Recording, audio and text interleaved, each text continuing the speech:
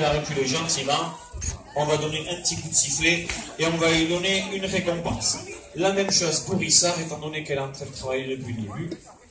Ça, ce sont les exercices qui vont permettre, par exemple, d'immobiliser les animaux et de pouvoir faire, par exemple, des prises de sang, soigner les yeux ou tout simplement mettre des produits désinfectants sur des petites plaies. Ensuite, on va faire, par exemple, travailler Charlie. Donc, Charlie, il a tendance souvent à embêter les femelles. Donc, qu'est-ce que je vais faire? Hop, je vais demander à Charlie de venir passer dans le cerceau. Et là, vous allez me demander, mais quel est l'intérêt de faire ça? Voilà, Charlie, il réfléchit pas, il passe à l'intérieur. Voilà, et ensuite, Charlie, qu'est-ce qu'on fait? Charlie, on fait quelques petits tours. Voilà, ça c'est pas mal, voilà. On va lui donner un petit coup de sifflet et on va lui donner une récompense. Alors, vous avez vu que j'ai jeté une cible dans l'eau, et c'est très bien, car il s'arrête directement aller à sa place. En fait, ça, ce sont deux petites astuces qu'on a mis en place pour déplacer nos animaux sans qu'ils s'en rendent compte. Et ça, c'est assez intéressant, notamment lorsqu'on a un animal qui fait pratiquement 300 kg. C'est assez intéressant pour faire ça avec Charlie pour éviter tout simplement le stress et les risques de blessure.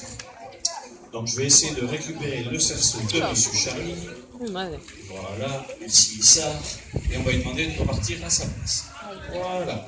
Et maintenant, qu'est-ce que je vais faire, étant donné qu'Issar a été plutôt sage? On va voir si ce matin elle a envie de s'amuser. Étant donné qu'elle est assez jeune, on va lui demander tout simplement de venir toucher la cible et de venir faire un petit saut. Donc attention, ça risque de briller. Voilà, alors ça c'est juste tout simplement pour la distraire. Voilà, donc ça va tout simplement l'encourager à venir nous voir. Et ça va un tout petit peu la stimuler et lui donner envie à chaque fois de continuer à venir vers les soigneurs, étant donné que les phoques ne sont intéressés que par la nourriture. Donc justement, comment ne plus faire la confusion entre un phoque gris et une otarie? Donc il y a plusieurs astuces. Donc déjà au niveau du déplacement sur la terre ferme, vous pouvez observer que les animaux sont juste capables de ramper, alors que les otaries sont capables de décoller leur corps du sol grâce à leurs pattes avant et leurs pattes arrière. Ça, c'est la première différence. La deuxième différence, ça va être au niveau du déplacement. Dans l'eau, on peut voir que Issar va se déplacer grâce à ses pattes arrière qu'elle va bouger de droite à gauche et qui vont lui permettre de se propulser. Les otaries nagent grâce à leurs pattes avant. Et le dernier détail, c'est au niveau de la tête. Juste derrière les yeux, on peut voir que Charlie, là, il a deux trous qui sont reliés à ses tympans. Ce sont donc des oreilles internes, alors que les otaries, elles, ont des petits pavillons externes d'environ 2 cm de chaque côté. Donc les phoques rampent, nagent grâce à leurs pattes arrière et n'ont pas d'oreilles. Donc là, je vais donner les derniers morceaux du repas.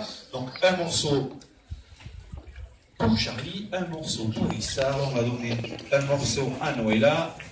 Le dernier morceau, il va bien sûr aller toujours à Titounette, étant donné que Titounette c'est la doyenne, on va dire un caractère assez compliqué. Donc on va toujours lui donner le dernier morceau. Et là vous allez vous rendre compte que Charlie et ses congénères ne restent auprès de moi que pour la nourriture. Donc maintenant qu'est-ce que je vais faire? Voilà.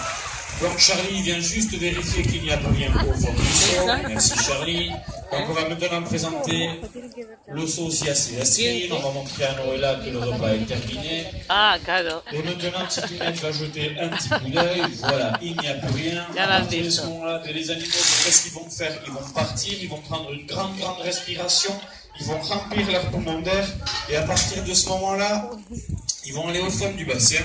Ils vont pouvoir faire la sieste pendant environ 20 voire 30 minutes, étant donné que Charlie est capable tout simplement de ralentir le battement de son cœur, de le faire passer de 120 battements à une vingtaine de battements par minute. Voilà, tout le monde a ramené ses outils, la dernière petite récompense. Et maintenant, si vous avez des questions, si vous avez besoin de précisions, je suis à votre disposition pendant quelques instants sur le côté du bassin.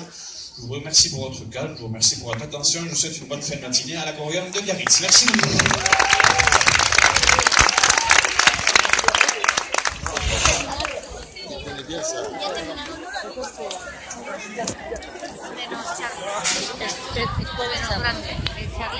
El más